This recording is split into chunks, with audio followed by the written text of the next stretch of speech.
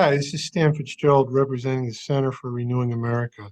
It's an organization founded by Russ, Vought, who was the White House budget director for the Trump administration. And he is starting this organization to form a national coalition where we're going to work on border security, election integrity, and government oversight. One of the things that Russ specifically asked me to do was rip his videos and put them on our platform. So for starters, we're going to do that. My wife Donna and I will be working on the ground in Georgia with Wesley Ross. If you're from Georgia, you know who he is. So you could reach out to myself, to Wesley.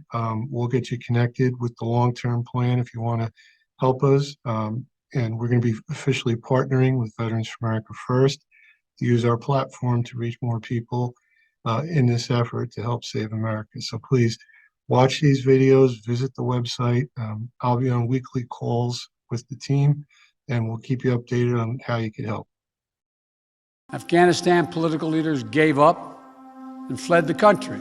President Joe Biden's disastrous retreat from Afghanistan has put America in a difficult position as it relates to bringing Afghan allies over to the United States. Vetting under the best of circumstances is a very challenging undertaking, with 14 steps typically taking a year or two to accomplish. And that's under the best of circumstances. And all we screen for is known biometric connections to terrorism or crime. There is no ideological screening for the threats of radicalization people from Afghanistan may pose.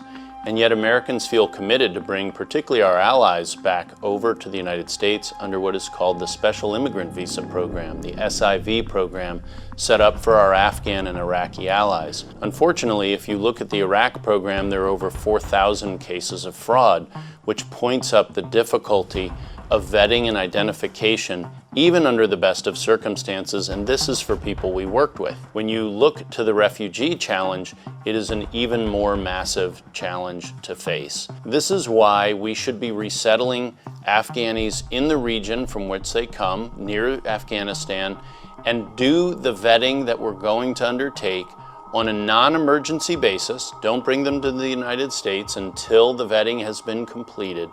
Keep America safe, as that should be our first priority, while we work to keep our commitments to our Afghan allies who we did get out. Tragically, the State Department has admitted they left over half of those they expect as our Afghan allies behind the lines in Afghanistan with the Taliban, along with numerous American citizens.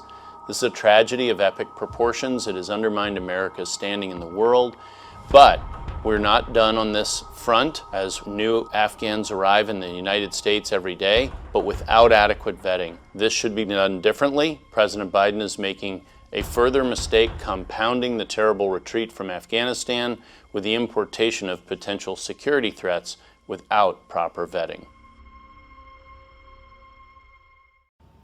Hi, my name is Angie Wong, and I am president of Legacy PAC.